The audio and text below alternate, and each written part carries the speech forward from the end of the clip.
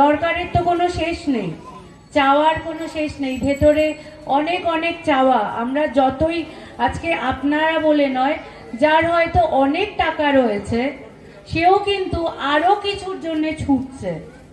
ভেতরের অভাব কিন্তু এভাবে আমরা সাহায্য করে কাউকে মেটাতে পারবো না। তাই জন্যে আমরা যখনই যেখানে যাই, আমরাও নানা গ্রামে যাই, মানুষের মাঝখানে যাই, সকলকে একটা কথাই বলি যে আমরা সাহায্য অবশ্যই করব, কিন্তু তার ওপরেও আপনারা সকলে একটু নিজের ভেতরে তাকিয়ে দেখবেন, সেই শক্তির পূজা করবেন। আপনার ভেতরে ঈশ্বর সমস্ত শক্তি দিয়ে রেখেছেন। এই লোকনাথ বাবা বলুন বা আপনারা যাকেই মানেন, যেই গুরুই হোক, যেই ঈশ্বরই হোক, সবাই আপনার ভেতরেই আছে, সব শক্তি আপনাকে দেওয়া আছে। সেইটা কিন্তু আপনারা যদি কোনো ব্যবহার না করে সবসময় অপেক্ষা করেন যে কেউ আসবে, কেউ এসে আমাকে সাহায্য করবে, সবসময় কিন্তু কেউ আসবে না। আমাদের কিন্তু নিজের ওপরেও নির্ভর করতে হবে। ঈশ্বর আমাদেরকে হাত পা দিয়েছে, ঈশ্বর আমাদের কর্মক্ষমতা দিয়েছে, আমরা চেষ্টা করব নিজেরটা নিজে করে নিতে।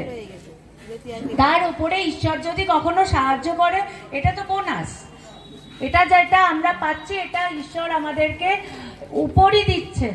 কিন্তু ভালো লাগছে এখানকার পরিবেশ। লোকনাথ বাবারই আমরা এই কথাটা তো সবাই জানি, একটু আগে উনিও বলে গেলেন যে রনে বনে জলে জঙ্গলে যেখানেই বিপদে পড়বে সেখানেই তাকে স্মরণ করবে।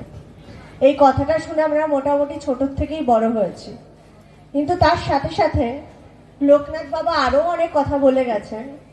সেটা হচ্ছে যে শুধু বিপদে পড়লেই তাকে ডাকবে আর সব সময় তাকে ডাকবে না, তা করলে কিন্তু হবে না। যে আমাদের তিনি বলছেন যে ধার্মিক কি করে হওয়া যায়, ধর্মটা কি, ধার্মিক কি করে হওয়া যায়।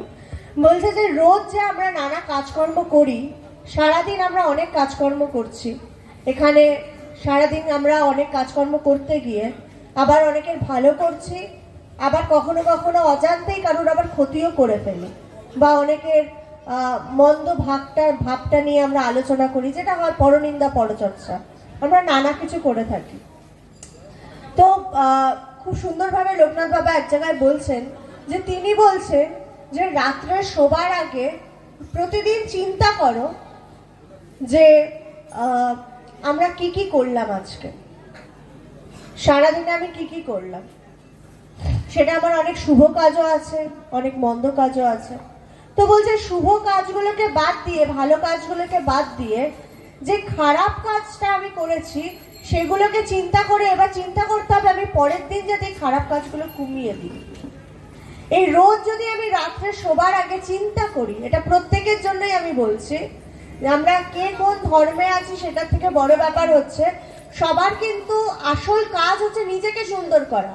আমি যাতে অজান্তে কারোর ক্ষতি না করে বসি, আমি যদি প্রত্যেকটা মুহূর্তে রাত্রে শোবার আগে যদি আমি চিন্তা করি যে আমি আজকে কি কি ভালো কাজ করলাম আর কি কি মন্দ কাজ করলাম, তো বলছে যখন আমি এইভাবে চিন্তা করব তো তখন আমি রোজ কি করব, অল্প অল্প করে আমার কিন্তু এই মন্দ কাজগুলোকে কমিয়ে আনবো।